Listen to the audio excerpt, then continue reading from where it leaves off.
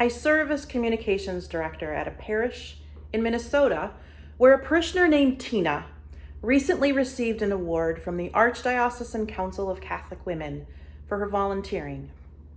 This meant I had the happy task of using our parish communications channels to tell Tina's story and highlight her 5 decades of service in our parish, assisting with youth retreats, providing meals for unhoused family when the parish offered overnight shelter, participating in our annual outreach to provide holiday baskets with food, gifts, and blankets to under-resourced families, leading Word and Communion services and Lenten Stations of the Cross, contributing to our efforts to welcome newly arrived refugee families in our local community.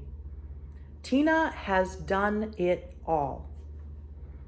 The communications I shared, celebrating Tina's award with the members of our community, received many words of congratulation and blessings.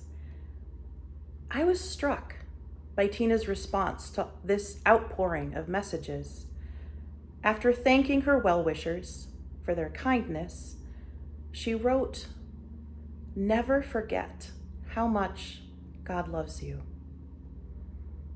Tina's example speaks to the relationship between the readings that the lectionary places side by side for us today on the 11th Sunday of Ordinary Time.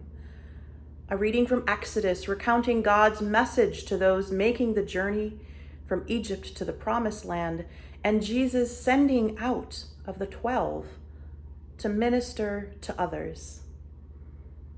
God tells Moses to remind the people of God's special particular care, to remind them they are chosen and precious. As a people, they are beloved. And in the gospel, Jesus is moved with deep compassion by those who suffer and responds by sending out the 12 with a bold task: cure the sick, raise the dead, cleanse lepers, and cast out demons.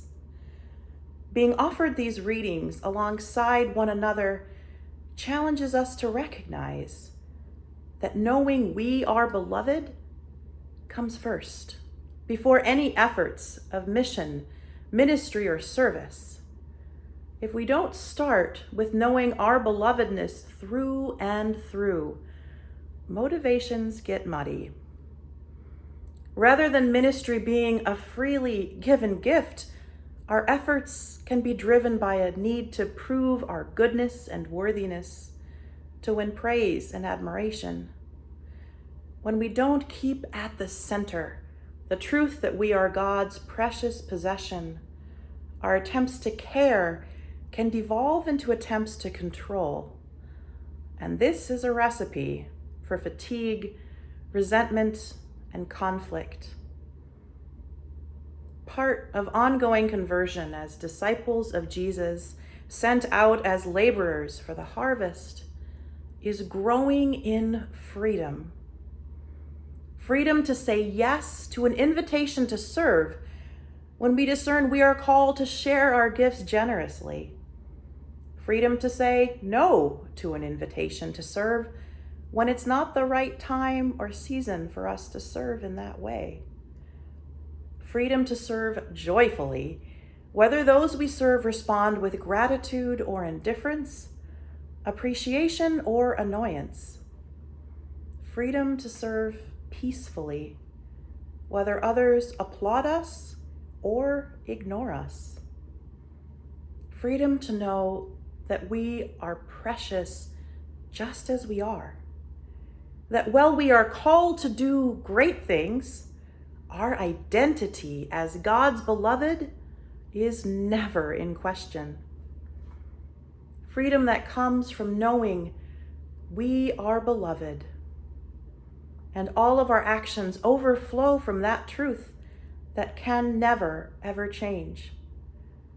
Tina's response to her award wasn't to challenge others to volunteer more, to give more, to serve more, but a simple, remember how much God loves you.